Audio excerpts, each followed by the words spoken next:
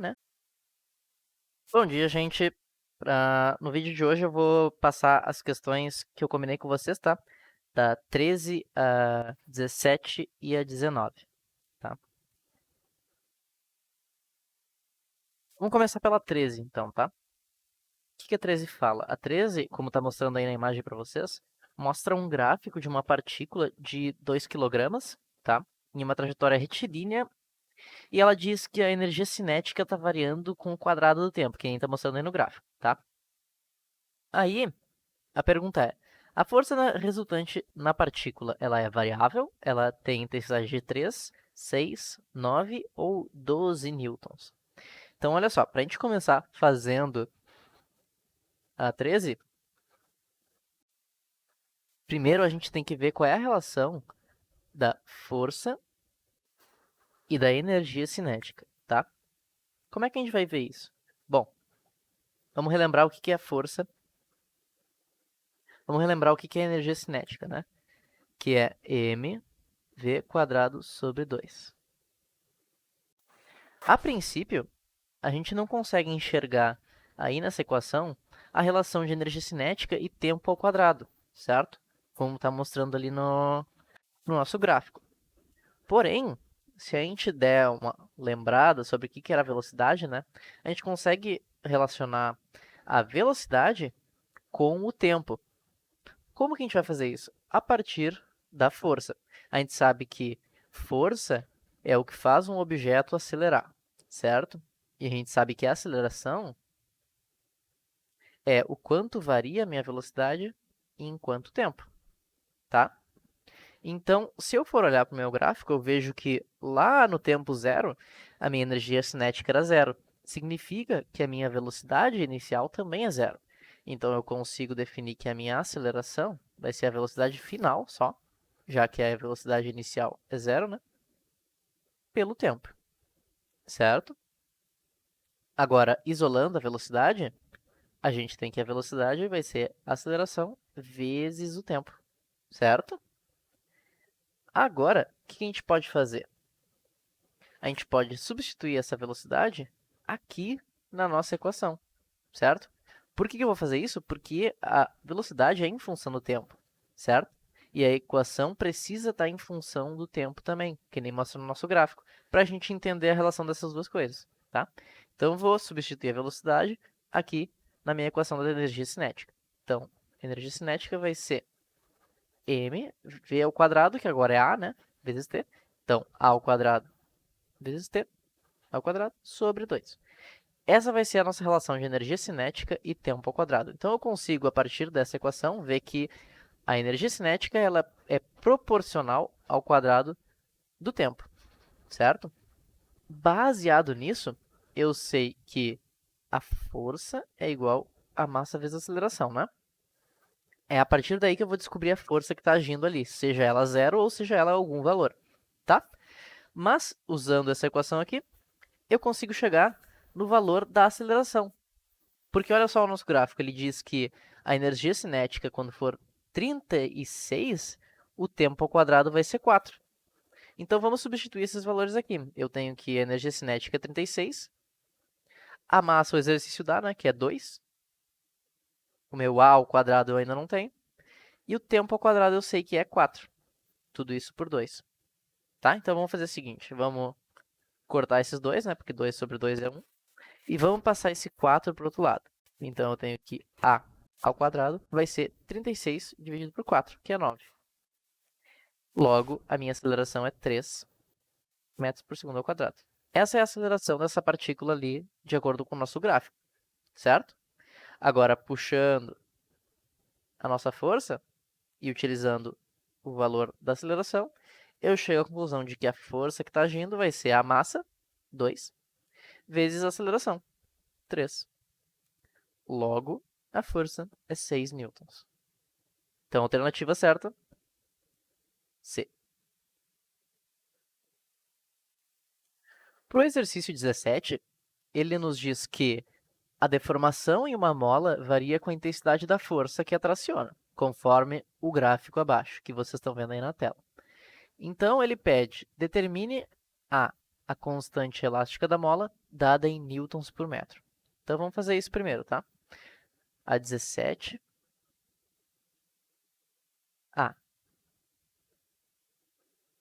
A constante elástica da mola. Vamos lembrar que as equações da força elástica e da energia potencial elástica são essas aqui. A primeira é kx, kx e a segunda é kx ao quadrado sobre 2. Tá? Como é que a gente consegue determinar a constante elástica? O gráfico ele é da deformação pela força. Então, se a gente usar essa equação aqui, a gente consegue chegar nela. Tá? Então, qual é a força que está dizendo ali no gráfico? 500 newtons. A constante a gente quer saber. E a deformação é de 10 centímetros, ou 0,1 metros. Lembrando sempre das unidades do Sistema Internacional, né? Chegamos à conclusão, então, que K vai ser igual a 500 dividido por 0,1, ou seja, 5.000. Fácil essa, né? A segunda, B, pede a intensidade da força de tração quando a deformação da mola for 6 centímetros. Então, de novo, vamos usar a força, né, que ele quer saber. E usaremos agora a constante elástica, que a gente já sabe, 5.000, e 6 centímetros, ou seja, 0,06. Logo, resolvendo isso daqui, a gente chega na conclusão de que a força vai ser 5.000 vezes 0,06, ou 300 newtons. Certo? E, agora para C, ele diz a energia potencial armazenada na mola quando esta estiver deformada 4 centímetros. Então, usaremos agora a nossa equação da energia potencial, já que ele pede isso, né? E a gente vê que a energia potencial vai ser 5.000, que é o nosso K, vezes x, que ele falou que é 0,04, né? 4 centímetros ou 0,04 metros. Isso ao quadrado sobre 2. Agora eu vou pegar a calculadora aqui para mostrar para vocês. 0,04 ao quadrado é esse valor aqui, vezes 5.000 dividido por 2. Então a gente sabe que a energia potencial é igual a 4 joules. Beleza?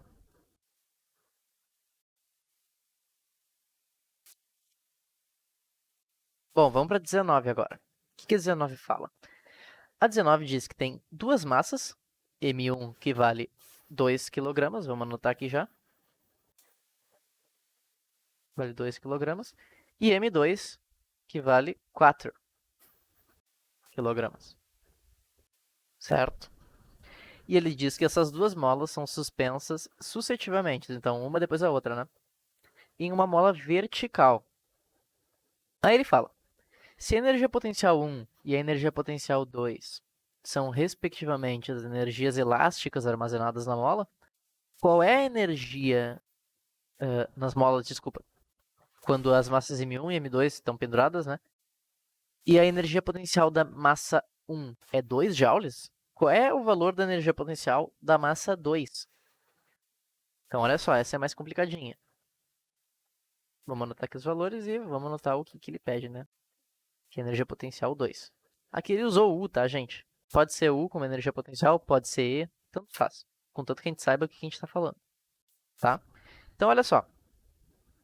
No exercício, ele diz que a gente tem certas massas e a gente tem certas energias potenciais com uma mola ali. Se ele está falando de mola, a gente sabe que a energia potencial que ele fala é a energia potencial elástica, que é kx ao quadrado sobre 2. E se ele fala que existem duas massas e elas estão penduradas nessa mola, a gente sabe que existe uma força puxando essas molas para baixo, né? Que vai ser a força peso, m vezes g. Porém, também, como elas estão penduradas na mola, a força que elas estão fazendo para distender a mola pode ser escrita como kx. Tá? Tudo isso só tirando do enunciado ali, gente. Então, a gente tem essas três equações que vão nos ajudar a resolver esse exercício, tá? Primeira coisa que a gente tem que fazer. Vamos analisar o que a gente tem e o que a gente não tem no exercício, tá? Então, temos a massa, temos a gravidade certo? Logo, a gente pode ter a força que está puxando a mola para as duas massas, né? O que nós não temos? A gente não sabe qual é a constante elástica da mola. A gente não sabe qual foi a distensão da mola para essas duas massas. E a gente não sabe qual é a energia cinética no caso da energia potencial no segundo caso. A gente só sabe no primeiro, tá? Então, vamos tentar nos livrar daquilo que a gente não sabe e vamos tentar focar no que a gente sabe, tá? Primeiro, se a gente sabe qual é a força que está distendendo essa mola, então a gente sabe uma relação entre K e X, certo? Porém, a gente não sabe nenhum desses valores. Então, como ele quer o valor da energia potencial, vamos olhar para a equação da energia potencial e vamos tentar nos livrar de um desses valores aqui, ou de K ou de X, certo? Agora, olha só, pensem comigo. O que é mais fácil a gente se livrar? Do X ou do K? O K é a constante elástica da mola, então é uma constante, certo? Ela é a mesma para qualquer situação. Já a distensão da mola, não. A gente sabe que se a mola estiver segurando um peso mais pesado, ela vai distender mais. Então, a gente vai ter uma distensão para cada peso, certo? É um valor que não é constante. Então, vamos tentar se livrar desse x aí, certo? Como é que a gente vai fazer isso? Colocando um valor ou colocando alguma incógnita que a gente possa saber mais adiante. Olha só, se eu pegar a minha força, que é igual a kx, e eu isolar o meu x, eu tenho que x igual a força dividido por k, certo? Só botei o k para o outro lado dividindo. Agora eu vou pegar isso daqui e vou colocar nessa equação aqui, tá? Eu vou dizer que a minha equação da energia potencial elástica, ela vai ser, na verdade, K. E o x eu vou substituir pela nossa equaçãozinha aqui. X ao quadrado vai ser a força ao quadrado dividido por K ao quadrado.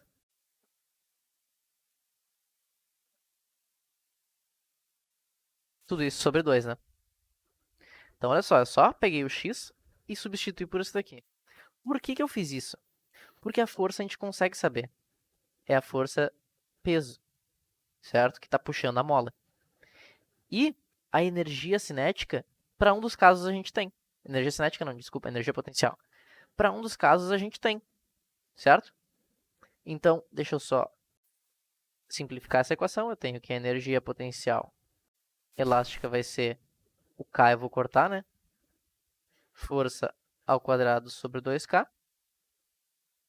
E eu vou substituir os valores que eu tenho para tentar achar a minha constante elástica, certo? Para tentar descobrir as coisas que eu não sei. Então, eu sei que a energia potencial elástica no primeiro caso da massa 1 vai ser igual a 2 joules, certo?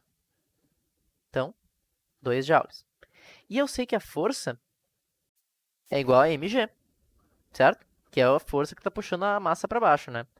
E eu sei que a força sendo mg, força ao quadrado é m ao quadrado vezes g ao quadrado, certo?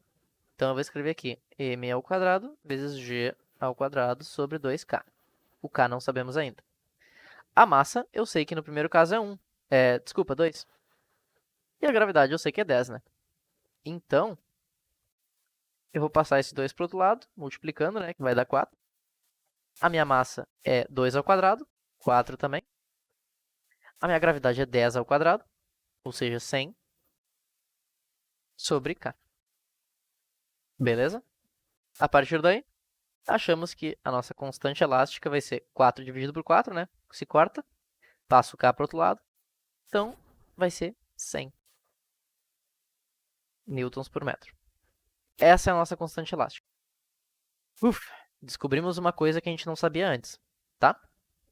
Então, agora vamos voltar para tentar descobrir energia potencial no segundo caso, certo? No segundo caso, a gente sabe que a massa é 4 kg agora.